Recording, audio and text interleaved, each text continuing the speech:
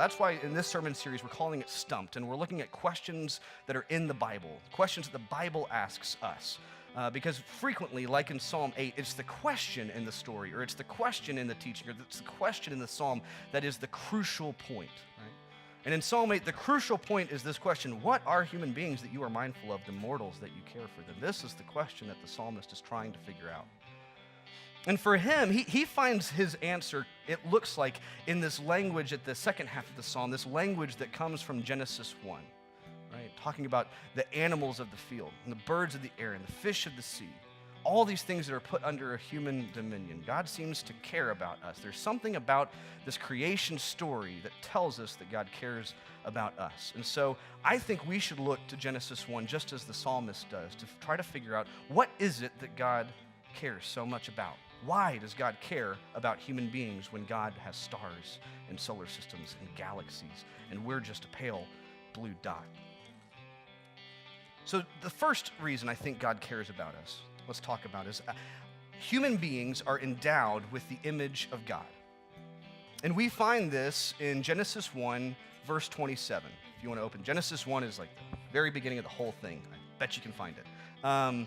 And so chapter 1, verse 27 says this. This is when God is making human beings on the end of the sixth day.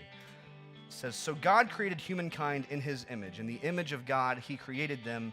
Male and female, he created them." I'll read it one more time. "So God created humankind in his image. In the image of God, he created them. Male and female, he created them."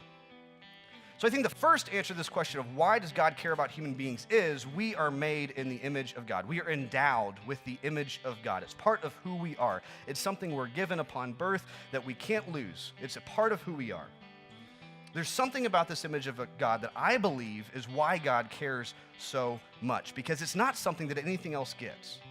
There's no mention of the image of God being placed in stars and moons and suns. There's no mention of the image of God being placed in crickets or cows or trees or leaves, right? The image of God is only placed in men and women. And so the question becomes, what does it mean to be made in the image of God, right? That's kind of this simple phrase that could mean so many things. And we've interpreted it so many different ways throughout the history of the church. And you might think, or maybe you've been told in the past, that the image of God is this sort of physical nature, right? Like if you were to Google image of God, right? I always love to Google phrases from the Bible sometimes, especially the image search, because you never know what you're going to get. It's always a fun game. Can get dangerous.